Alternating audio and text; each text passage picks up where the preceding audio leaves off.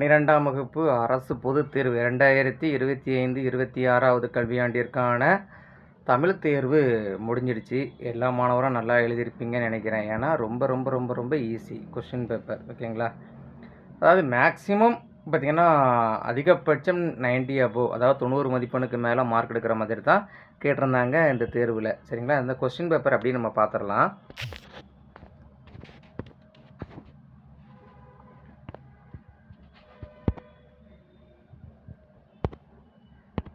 ரொம்ப ரொம்ப ரொம்ப எளிமையாக கேட்டிருந்தாங்க. இந்த பாருங்கள், அணியிலக்கணத்தை மட்டும் கூறும் இலக்கண நூல் தண்டி அலங்காரம். அப்புறம் பொறுத்துக, சேரனுக்கு வில்லு, சோழனுக்கு புலி, பாண்டியனுக்கு மீன், சங்ககால பசும்பொன் பாண்டியனுடைய சின்னம் யானை. பிழையான தொடரை கண்டறிக. காலையில் பூத்த மல்லிகை மனம் வீசியது. பிறகொரு நாள் கோடை கவிதையின் ஆசிரியர் தண்டி. ஒரே இடையிட்ட பாட்டுடை செய்யுள் என்று அழைக்கப்படுவது சிலப்பதிகாரம். சுவடியோடு பொருந்தாத ஒன்று கடுக்காய். சாப விமோச்சனம், அகலிகை கதைகளில் துன்பத்தை பயன்படுத்தியவர் புதுமை பித்தன். குடும்பம் அப்படிங்கிற சொல்லு முதல் இடம்பெற்ற நூல் திருக்குறள். படத்திற்கு பொருத்தமான திருக்குறள். உருவு கண்டு எல்லாமே வேண்டும், உருள் பெருந்தேற்கு அச்சாணியனார் உடைத்து. அடுத்து பாரதியார் பாஞ்சாலி சபதம், பாரதிதாசன் பாண்டியன் பரிசு, கவிமணி மர்மக்கல் வழி மான்மியம், கண்ணதாசன் இயேசு காவியம். ஈற்றடி எழுதி துளிப்பாவை நிறைவு செய்க. பூத்த மலரொன்று பறைக்கிறது வண்ணத்து பூச்சி. அப்புறம் குறிப்புகளில் மறைந்திருக்கும் தமிழ் அறிஞரை கண்டறிக. சிறுகதை ஆசிரியர் முதல் பாதி நவீனம், புதுமை பித்தன். புதிருக்கு ஏற்ற விடை தருக. அடைமழை பெய்த அடுத்த நாள் படைபடையாய் வந்ததாம் பரங்கி நாட்டு விமானம். எதிரி சுடாமலேயே இறகுடிந்து இறந்ததாம், அது என்ன? ஈசல். இலக்கண குறிப்பு, வியர்வை வெள்ளம் அப்படிங்கிறது உருவகம். அப்புறம் மறக்கக்கூடாது மறக்கக்கூடியது, இது திருக்குறளில் வந்திருக்குது. அப்புறம் துன்புலது நீ நன்றோ சுகமுள்ளது அதுவன்றி என்ற ராமனின் கூற்று பின்வரும் 2 பழமொழிகளில் இதற்கு பொருந்தும். நிழலின் அருமை வெயிலில் தெரியும். மறக்கக்கூடாதது அப்படிங்கிறது பார்த்திங்கன்னா பிறர் செய்த நன்மையை, மறக்கக்கூடியது பிறர் செய்த தீமையை. 16வது விடை நிழலின் அருமை வெயிலில் தெரியும். மருத்துவத்தில் மருந்துடன் அன்பும் நம்பிக்கையும் ஆற்றும் பாங்கு படிச்சிருப்போம். நம்ம வாளால் அறுத்து சுடினும் பாடலுடைய பொருள். நோய் மட்டும், அதாவது நோயாளிக்கு மருந்து மட்டும் குணப்படுத்துவது கிடையாது, அந்த மருந்தோடு நாம் பேசக்கூடிய ஆறுதல் வார்த்தையும் நோயாளியை குணப்படுத்தும் அப்படிங்கிறத பார்த்துருப்போம். அடுத்து சிற்பி பாலசுப்ரமணியத்தின் கவிதை நூல்கள். இது புத்தகத்தினுடைய உள்ளே இருந்து கேட்டிருக்கிறாங்க. விரிபெறு தமிழர் மேன்மை ஒருங்கிட செய்வதொன்றே உயிர் பணியாக கொண்டவன் யார்? யாரை பற்றி எதற்காக கூறுகிறார்? மயிலசீனி வெங்கடசாமி பற்றி பாரதிதாசன் கூறுறாரு. ஓகேங்களா? மயிலசீனி வெங்கடசாமி பற்றி யார் சொல்கிறா? பாரதிதாசன் சொல்கிறாரு. எதுக்கு சொல்கிறாரு பாரதிதாசன் அப்படின்னு பார்த்திங்கன்னா, தமிழ் பணியை தம் உயிர் பணியாக கொண்டு செயல்பட்டதனால. முறை வைப்பது அப்படிங்கிறது பார்த்துருப்பீங்க. முறை வைப்பு அப்படிங்கிறத பார்த்துருப்பீங்க. அதாவது ஆசிரியர் ஒரு பாடத்தை சொல்லி கொடுப்பாரு, மாணவர்கள் திருப்பி சொல்லுவாங்க. அதான் முறை வைப்பு. இது சில நேரம் ஆசிரியருக்கு பதில் சட்டாம்பிள்ளை முறை வைப்பதும் உண்டு. அடுத்து படத்தொகுப்பின் குளோசோ விளைவு. இது திரைப்படக்கலை அப்படிங்கிற பாடத்தை உள்ளேருந்து கேட்டிருக்காங்க, திரைமொழியிலிருந்து.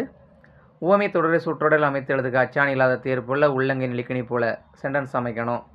மொழியின் சொற்றொடர் அமைப்பை விளக்கிக் கொள்வதற்கும் பயன்படுத்துவதற்கும் உதவுவன திணைப்பால் எண் இடம். அடுத்து மயங்கொலி சொற்களை ஒரே தொடரில் அமைத்து எழுதுக. விலை விலை விலை, கலை கலை கலை. 3மே நம்ம அன்றைக்கி ரிவைஸ் பண்ணியிருக்கோம் நேற்று. வேறு ஒரு பொருள் அமையுமாறு சொற்றொடர் அமைத்து எழுதுக. இது ரொம்ப ரொம்ப எளிது. அப்புறம் வல்லினமை இட்டும் நீக்கியும் எழுதுக. அப்புறம் தொடரில் இடம்பெற்றுள்ள மரபு பிழைகளை நீக்கி எழுதுக. வாழைக்காட்டில் குயில்கள் அலறிக்கொண்டும் காகங்கள் கூவிக்கொண்டும் இருந்தன. அப்புறம் பேச்சு வழக்கு எழுத்து வழக்காக மாற்றுக. அன்றைக்கு அவனுக்கு பணம் கொடுத்து உதவி இருக்க வேண்டியது தானே. செம்பருதி, செம்மைக்குடல் பருதி, ஈறுபோதல், இனமிகள். அப்புறம் முன்னுடை, தனிக்குறள் முன்குடல் உடை, தனிக்குறள் முன் உற்று உயிர் வரன் இரட்டும், உடல் மேல் உயிர் ஒன்றுவது இயல்பே. வா அப்படி போட்டுட்டு ப்ராக்கெட்டில் வே போட்டுட்டு இத்து இந்து, அப்புறம் இத்து குடல், அப்புறம் நினைக்கின்ற நினைக்குடல், இக்கு குடல், கின்று குடல் அ. செம்பருதி மலை மட்டும் தலையை சாய்ப்பான். ரொம்ப எளிமையான கொஸ்டின். கவிதை என்பது கண்முன் நிகழ்வதையும். இது 3 பாயிண்ட்ஸ் தான், ரொம்ப ஈஸி. ஒருமுக எழினி, பொறுமுக எழினி, கறந்துவிரல் எழினி விளக்குக.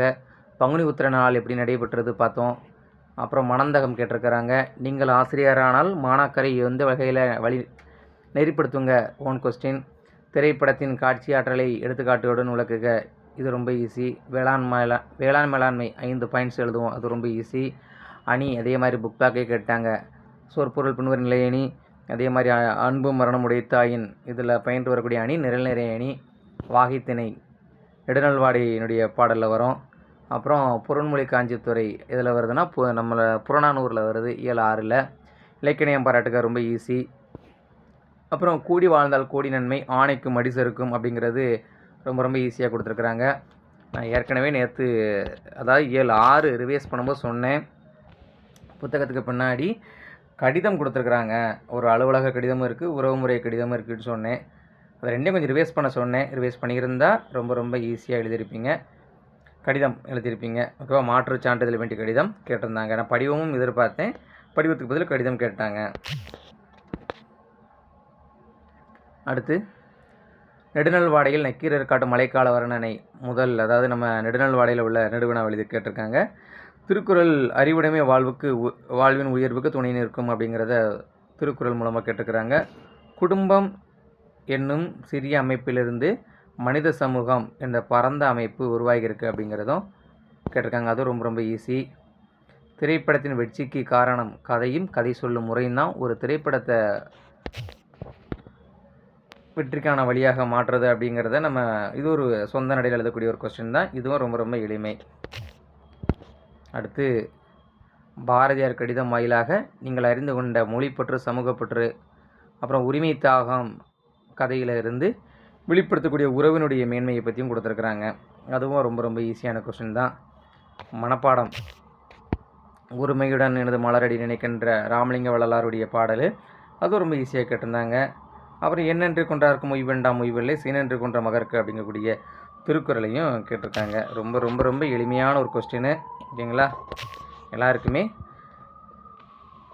அதிகமான மதிப்பெண் வரும் அப்படிங்கிற நம்பிக்கையோடு மீண்டும் மற்றும் ஒரு வீடியோவில் பார்க்கலாம். நன்றி, வணக்கம்.